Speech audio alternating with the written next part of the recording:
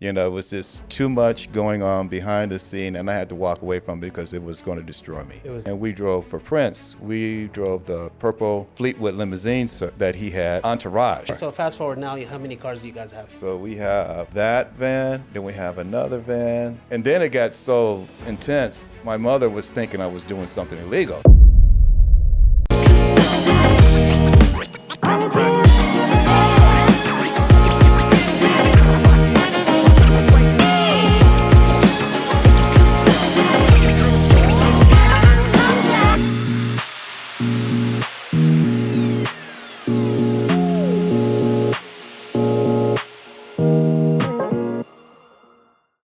Hey, what's up, everyone? Welcome to another episode of What is Your Story? On my podcast, I interview some amazing business owners, entrepreneurs, and nonprofits, usually in the local area, to help you and inspire you and motivate you by hearing their story. So today we have the amazing Tim, owner and CEO of Temecula Executive Limos. Wait till you hear his story. He started from nothing.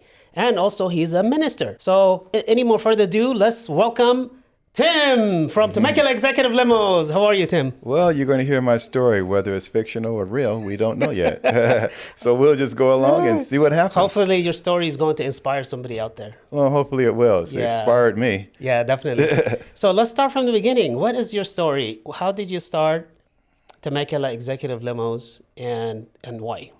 Well, we have to go back a little bit further than that. I initially started and got into the limousine service when I was about 25 years old. I was a bus driver. I was inspired by one of my friends who was an executive secretary from Motown, and she was a friend of my mother's from the church. And she was like, "Have you ever considered driving limos?" And I said, "Well, no, I don't think that I have the look or the type of demeanor to be a limo driver. I'm a bus driver." She said, "No, you should give it a try." So I started driving limos when I was 25 years old. We worked for the Nederlander Corporation, which is a big, I would say, a theater. They own a lot of theaters and stuff like that, entertainment business. So then we started driving major stars like Liza Minnelli, Dean Martin, people of that caliber. And then all of a sudden, back then we had the beepers, right? Yeah. So, I remember those days. Yeah. And so then we were, I'll be driving people, then all of a sudden I get my pager started going off. And then it started going off more frequently. Was some of the previous people that I drove, they were like, "Hey, we want you to be our driver. We request you." And then it was like, it just started getting more and more intense in regards to people asking me. And these were, like major stars. Yeah. Then from there, I went to the Westwood Marquee, and we drove for Prince. We drove the purple Fleetwood limousine that he had, and I got to drive all of his entourage. Oh, entourage. That was with him, like Vanity, Abalonia, Jill Jones, who was in Purple Rain. People, that was part of his entourage in his group. And then it got so intense, my mother was thinking I was doing something illegal. So she was asking my friend, she said, "Joy, why is all these people calling him like late at night?" Because I was staying with my mom then because she was elderly, so I was helping her out, so I was staying with her. And she was like, "Mother, don't you understand? These people love your son. They love the way that he takes care of them and, drives them and all that." And then my mother, not to my knowledge, had saved money for me to go to college. But I went to junior college and I stayed 2 years. And I was like, I don't want to go. Yeah. So she had a trust fund for me. She told my friend Joy, our friend, family friend, she said, well, if he continues to do what he's doing, by this time next year for his birthday, I'm going to help him start his own business. Okay. So your grandma? She was my great aunt. Oh, okay. Yeah. So she actually, she had that money. February of that year, she died. So the money was there. I started my own limousine service, had it for about 5 years. got kind of overwhelmed, because then it got to the point when I was driving people, they was like, "Oh, Tim, you come hang with me, you're gonna party with us, So I'm sitting up here with these top stars, record labels, and I'm like 25, 26, 27, 28. We did a couple of videos on Motown. We did tours on Motown that I was driving these guys across the country and stuff in limos, and it was like I couldn't handle it. You know, it was just too much going on behind the scene, and I had to walk away from it because it was going to destroy me. It was too much. It was too much. And so I stayed in the transportation service. I worked for Coach USA. We did bus service and limousine services for another company for years up into COVID. When COVID hit, I was working for Megabus in Anaheim, and we had the Northern Division, San Diego. On March 21st, 2021, they closed down Megabus. They put me on a furlough, still paid me and everything, but then, you know, it got to a point where it was like 3 months, 6 months, a year, and you know, still nothing was going on. Yeah. And then they finally said, well, hey, we would like to send you to Wyoming to do a year's contract with us up there, 3 weeks on, 1 week off. And my wife said, no, our marriage is not going to be able to stand that. So I said, so what do we do? And she said, well, let's start a business. And I said, are you sure? And she said, yeah. So we was going to start an RV storage service because we felt that, hey, that would make the most money with the least amount of output. But as we did our research, we found out that we had to have at least 10 acres of land, going through permits and trying to find the land and all that. We was looking at close to $4 million startup money. Yeah. So then it was like, what else did we do? Because our focus was to start. I don't have that money. Yeah, we didn't have that kind of money. And then she's like, well, you know, transportation, you know, limo service. I said, yeah, but, you know, we're getting out of COVID. And like 40% of the companies closed. They went out of business. And then I prayed about it. We both prayed about it. And I said, I'll tell you what, I'm going to go to wine country and I'm going to ask some of the drivers that are out there and see what their response is coming out of COVID. Talked to a few of the companies out there, some of the drivers. They said, man, we are doing so good right now. We're making more money than we did before COVID. So me and my wife, we prayed again about it. We decided to start the business. Now, to start the business, of course, you got to have a logo. You got to have something that people are going to look at and say, oh, that says something, right? But we wanted to honor God with it. So we said, what kind of symbol that we can use that will honor God but doesn't look cheesy? Of course, the crucifix is a good symbol, but how many times it's been used in the wrong way? Yeah, that's true. So then we thought about the lion. And it has royalty, right? The colors that we have is gold, blue, and white. Yeah. Those are royal colors. And we thought about it, was like, oh, the Lion of the tribe of Judah. That's our symbol. So we used that as a symbol. And then I had listened to a podcast about the owner of Hobby Lobby.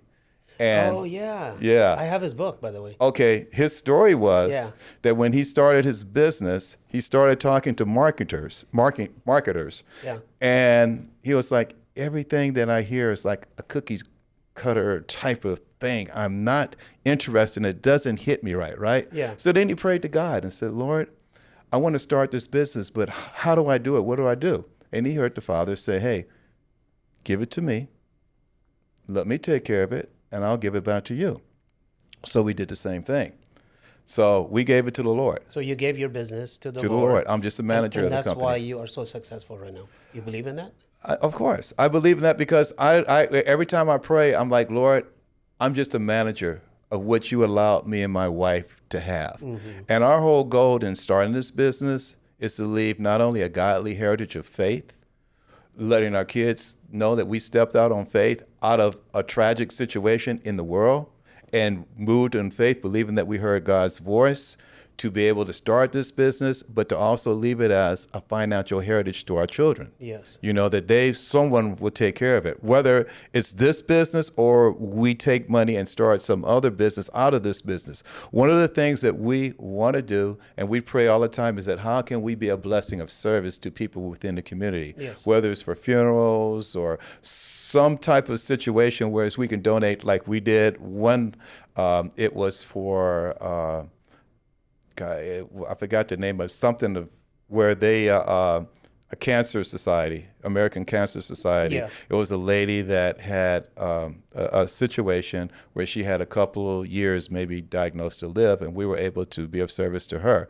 Also, Make-A-Wish with Disney, we were able to do a couple of those runs for them. And so that's it feels awesome. good to be a blessing, to be able to do that type of thing. It does, Yeah. actually. And So one how of long the, you been in business? we've been in business 4.5 years now. 4.5 years. Okay. Yes, and one of the new things that we are inspired to do, which from the basic limousine service, which is airport transportation, weddings, funerals, concerts, sporting events, night on the town, we're also started up our new hop and stop service. Yeah, I was going to get to that. Yeah, and so basically, But before we get to that, Okay. Before we get to that, Okay, all right. I want to hear some cool stories. Some of the the people that you took on a run or to the airport. Some of the stories you heard. Somebody out there. Can you share a couple of stories with us?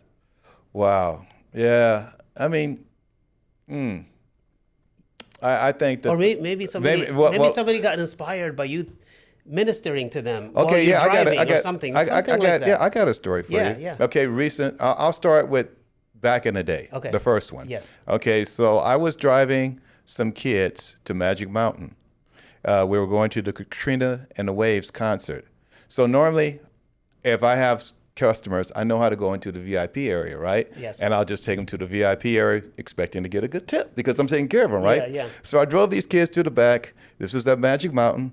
The guy asked us when we get there, hey, who are you having the vehicle? I said, oh, well, I'm just dropping them off their VIPs in the car. Well, what's their name? And of course, their name wasn't on the guest list, right?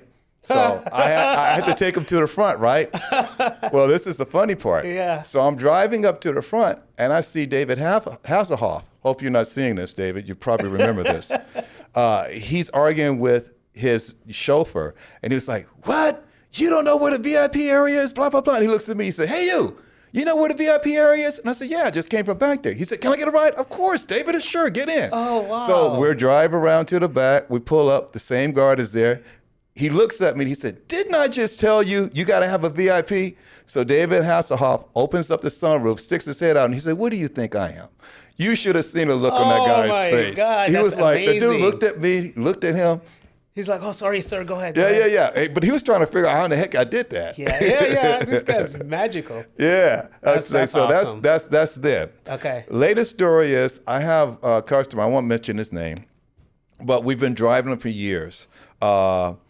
And he had gone through some marital things and his wife had died, and there was problems between him and his son because of what happened. Yes. And we were able to minister to him. Between me and two of my other drivers, he really felt comfortable in talking with us, and we were using the Word of God to kind of minister to him. Well, about 2 months ago, he said, Tim, I want to be a blessing to your company. I said, well, you've been a blessing to our company because you've been our customer for so long. He said, no, I see your potential and I see what God is doing. I want to work for you. I want to help build up your company. And I was like, really? He said, yeah, would you take me as a driver? And I said, sure, but do you think that this is what you want to do? I mean, this dude he's not, his caliber and what he's retired. Yeah. And he's retired from the military, high-ranking officer. Yeah. And I was like, you sure this is what you want to do? And he was like, yeah, I just want to be a blessing to you.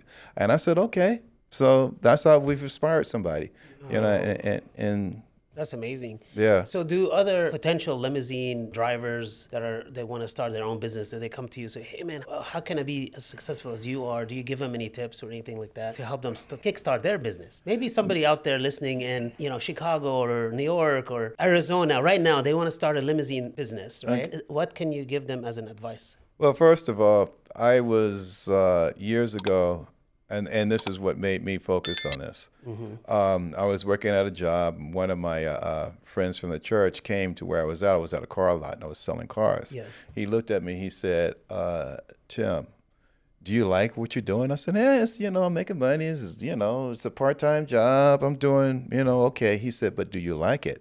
And I said, well, I don't expect to be here forever. He said, do you know what your passion is? And I said, no. What do you mean? He said, you need to discover your passion. And I said, well, what do you mean by that? He said, your passion is whatever you would do for free, without getting paid. That's your passion. And I've always loved to drive. Even when I was a kid, the kids in our neighborhood, I used to have my bike. Yeah. I would take, and this is like 4 or 5, 6 years old. I would take wagons and take wire and connect the wagons and pull them in the wagons in the Oh, that's driveway. cool. So I was a chauffeur even when I was a little Yeah, kid. you were. You were taking kids around. Yeah, in the driveway. From house to house. Yeah, driving them free. around. Yeah. So it was like, it's always been my passion. Yeah, So that's first of awesome. all, to get into a limousine service or any business, Yeah. you got to ask yourself, is this something that I would do for free? Starting a business until you start earning money, because you're going to end up pouring a lot of money into it. You're going to be working for a time where you're not making any money at all, but you're going to put a lot of time in it. You got to be focused into, is this something that I can see myself doing, and what's the purpose of me doing it? Whereas with ours, it's more or less like we want to build up a financial legacy for our children. For your children. And my wife is another piece that she wants to retire and get into the non-emergency medical part. Oh, okay. So, she's but they don't know.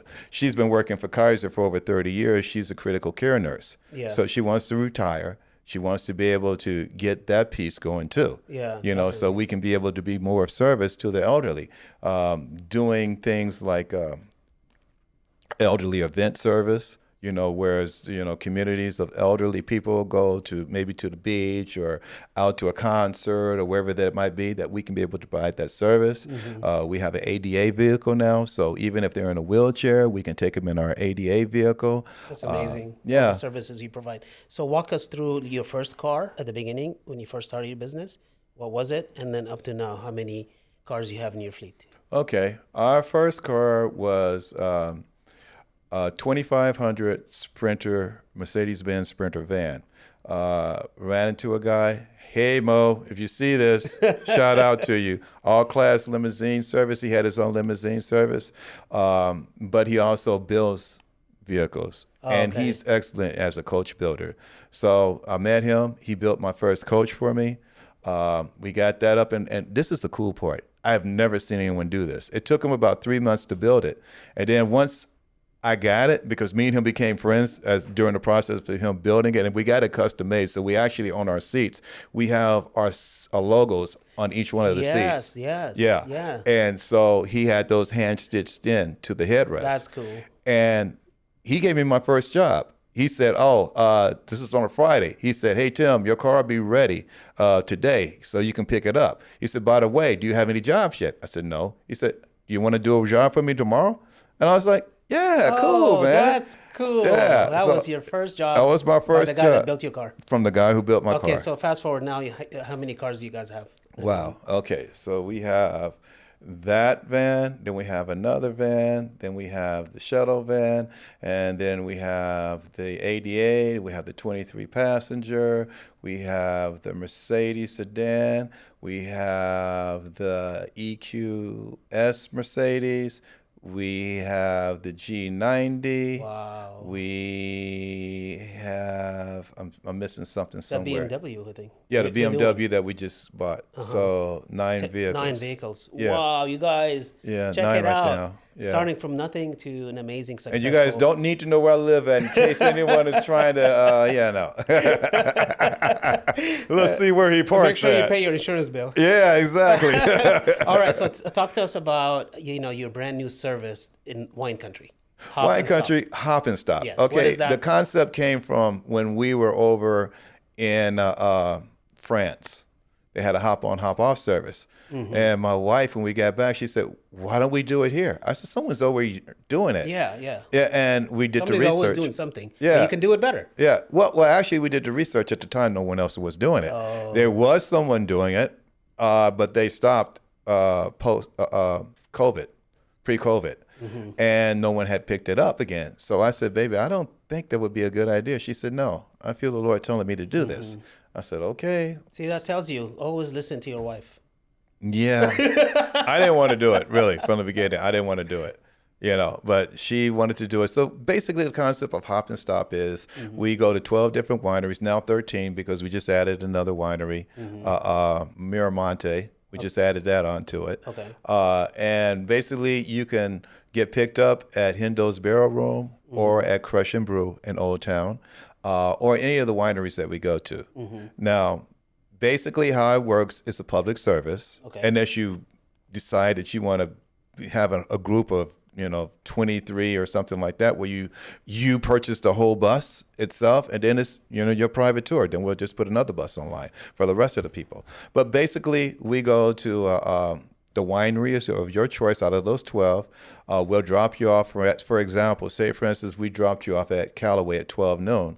Then the bus will come back between an hour and 15, hour and 20 minutes. Back to Callaway. Back to Callaway, but Because it does you the do whole your loop. route. Yeah, we do the whole loop. Okay. And sometimes, if it's a day where it might be light, where we're not stopping at all the wineries, then I would tell my customers, hey, give me about a half an hour to 15 minutes heads up. If you say you want to stay, we can just come back around the next round. Or if you want to get picked up early, and if we have a light schedule, we can do that for you. Yeah. We do have about 5 different wineries that we are affiliated with, and we're able to give substantial discounted prices too. That's cool. Yeah. So if you prepay, you can get substantially discounted prices. I think that's amazing and think about this: if you're only paying $30, right, per day. $30. $30 That's how much per it is. person. Okay. Or $50 for 2 days, which is, if a group is staying over the weekend. But you think about this. If you're saving between $5 to $10 per winery on the wine tasting, it pays for itself. Oh, 100%. So it's $30 per day, but not per winery. No, $30 per day, the whole day. It's a no-brainer. All day. And say, for Everybody instance, should you go use to this. one winery and you save $5 off of the tasting. Go to another winery. Hop and stop. Save money. Yeah. So it can virtually pay for itself just by the discounts. Can you that name get some to of the wineries. wineries you take your clients to on that hop and stop? Yeah, Callaway, Europa, Mount Palomar, Maurice Carey, Altísima, I think. Altísima. I'm trying to think. Belvino, I think. No, not Belvino. Okay. No. Yeah, Belvino. Yeah. Yeah, Belvino. I checked out your website. Yeah. I know. I know. My wife deals with that one. Belvino, Mount Palomar, Oak Mountain, Somerset, and Ponte, Wilson's Creek, Nice. and South Coast. Nice. And if I missed anyone, I'm sorry. All right. Well, speaking of wineries, what's your favorite winery in Temecula? I have 2. I know you have a lot, but what's your I favorite? have 2 that runs neck and neck. I got. But Tell me about your 2 favorite wineries. should I say that because I deal with all these wineries? No, it's just for you and your wife to go and. But I actually got 3 favorite wineries. Okay. Because I have Maurice Carey because of the music. They jam on the weekends.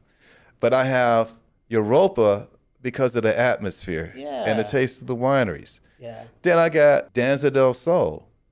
I love going up there because the wines And the views and the views and everything.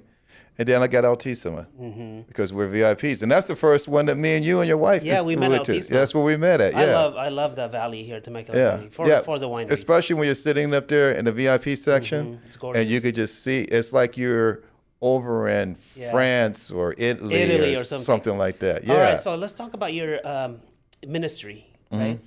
You said you are a minister. Yes, Walk sir. us through that a little bit. When did you become a minister? 2015. I was in San Antonio, Texas, and I was a deacon at the church. My pastor came up to me and she said, "You need to pray about becoming a minister."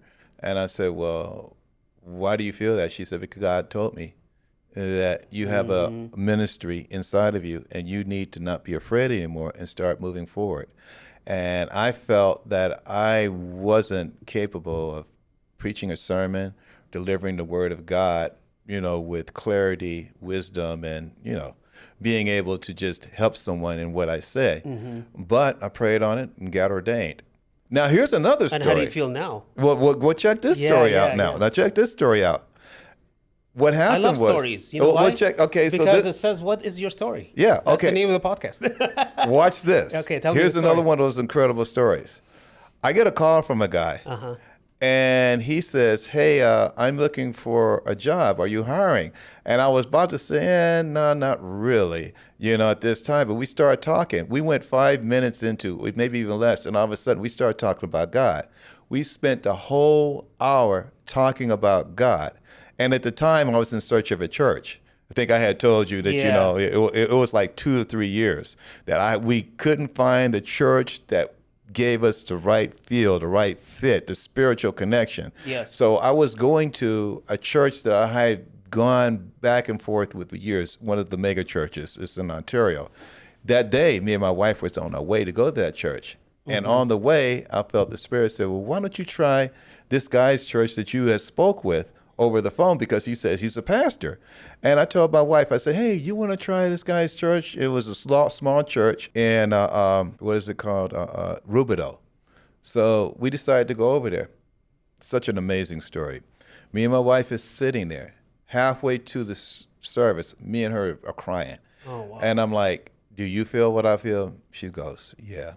And I said, I heard, even now when I think about it, I heard the Father say, welcome home. This is your home. After I told my pastor that, I told him my story. I said, hey, I've been ordained as an evangelist, but I haven't been working in the ministry. He said, yeah, you're going to start working again. I want you on my ministerial pass. How amazing is that? Yeah, staff. And so I've been there for over a year and a half serving there with them. God really talks to you. Yeah. I feel like you and your wife. Yeah. That's powerful, honestly. Yeah, so that's how that. So that's wonderful. So let's talk about Tim real quick. What's your morning routine like? What do you do when you first get up in the morning, and how do you motivate yourself to get out of bed? And do you read any books or anything like that? The first thing you set your mind to is a compass for your day. Okay. So I start off each morning doing Bible scriptures, a Bible study. Nice. My wife, she gets up at 4:30 in the morning. I get up with her. I go over our Bible study together. Oh, wow. We pray, and then she goes about her day. I learned the first thing you got to have is gratitude in your heart for what God is giving you. Because when you have that heart of gratitude for God and the things that he's done for you, even carrying you through the night and waking you up the next morning, with the sense of health and strength and whatever challenges that you're going to face, if you put it in God's hand and commune with him all day, it's going to be better. Of course, there's going to be rocks in the roads. There's going to be bumps in the road. There's going to be things that happen. Yes. But instead of allowing yourself to get overwhelmed with what's going on, ask God for wisdom, discernment, and direction, and place it into his hands. Yeah. And sometimes it's hard for us to do that because we want to be in control. And even with myself, that happens. But I have to step back and say, God, please, you take control of this, but give me the wisdom to do it. Yeah. Because I don't want to be, I've always had this struggle. Some people say I place it in God's hands and don't do anything. I said, no, God didn't tell us that. He equips you to do whatever he's gifted you to do. Yeah. But you have to do it. Yeah. Preach it, Pastor Tim. Preach it. Yeah. That was wonderful. Yeah. All right. Do you have a favorite book that you read? Obviously, your Bible and everything, but do you have like a business book that you recommend? Not in particular. Not at the moment. Do you not hear in any, particular. like when you're driving, do you hear any podcasts or any yeah. any audiobooks? Yeah. Oh, yeah, you do. Yeah, I think you told me that one time. Yeah. That's probably like what you have to do because you're Yeah. driving all day long. Yeah, Miles Monroe is one of the most inspirational ministers, even though he's not with us anymore, he's in heaven. Okay. But he's always talking about mindset, your attitude. There you go. How you start your day, how you put yourself even in situations of controversy. How do you overcome these things? Absolutely. Yeah. Do you have a favorite quote that you can share with somebody? Yeah. It'll be a Bible verse. That's fine. 2 Timothy 2:7, and it says, God has not given us the spirit of fear, but of power and of a sound mind. There you go. Yeah. Our podcast is coming to an end. Mm-hmm. Do you want to share any last minute thoughts with the audience? I would just say, whatever you do in life, always put God first. Yeah. I know that this is not a Christian podcast, but again, I want to say how I've been inspired. Let me just say one thing real quick. Yes. Okay, I was adopted by my great aunt. She was 65 years old. I was 8 months old. My mother was a person that wasn't able to take care of me. She was 14 years old. When I think about the awesome responsibility that a person that's my age now, 65 years old, to adopt an 8-month-old baby Yeah. and to take that child in. And when I was growing up, because of the age, I was rebellious. I didn't understand because we had a generation gap between us. My friend Joy was the one who bridged that gap between me and my mom, the one I was telling you about who worked for Motown. Because my mother didn't understand me. I didn't understand her. I felt she was too old-fashioned. So, of course, being of that age, living in South Central LA, I got caught up in everything except for gangs Yeah. that was associated with that, including drugs and chasing women and doing all that. By the grace of God, because my mother raised me in the church from the time I could remember, it brought me back to my senses again, Yeah. you know. By the grace of God. By the grace of God. That's a story by itself right there. Yeah. Well, I really enjoyed hearing your story, and I'm sure a lot of people are going to be inspired and motivated by hearing this story right here. And why don't you tell everybody how they can reach you? They may want to ask you a question on how to start a business or just reach you to use your services. Okay. Well, I want to say that you can reach me by phone at 951-999-8008 or by email info@TemeculaExecutiveLimos.com. Our website is TemeculaExecutiveLimos.com. Perfect. Well, I really enjoyed it again. Thank Oh, you for shoot. coming. Hold it. What? I forgot. What? The most important thing. Tell me. If it wasn't for my beautiful wife, Sherry, I wouldn't even have the business. That's why I said you got to always listen to your wife. Yes, Remember but earlier I Sherry, said that. I love you, baby, because if it wasn't for you, we wouldn't be here. Thank you for having faith in me and believing in the dream that we established together. I have to give you that. I don't always let you know it. I don't say it every day, but I'm saying it to the public right now. Without you, we wouldn't be where you're at. And God, of course. But thank you, Sherry, for having faith in me. That's amazing. Well, thank you guys for watching another episode of What Is Your Story. Make sure you subscribe and like this episode so more people can watch it. And we will see you on the next one, you guys. Take care.